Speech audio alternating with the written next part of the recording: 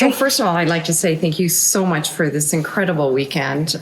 When I arrived, and I'll never forget this for the rest of my life, when you first talked about us going into the arena to be with a horse, my heart started pounding because I am deathly afraid of horses and have been all my life.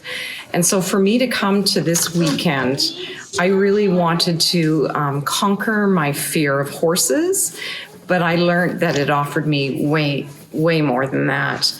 What I took away from this weekend is that I can be fearless in everything that I do, to take bravery forward into my life and to take the authentic me without apologizing.